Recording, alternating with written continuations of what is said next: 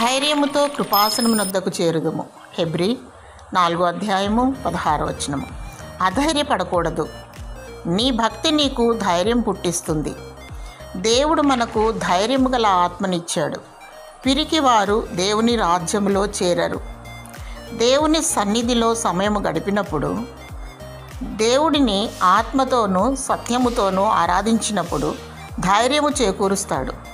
ప్రతిరోజు ప్రభువైన యేసుక్రీస్తుతో సహవాసము చేయాలి. ఆయన సన్నిధిని అనుభవించాలి.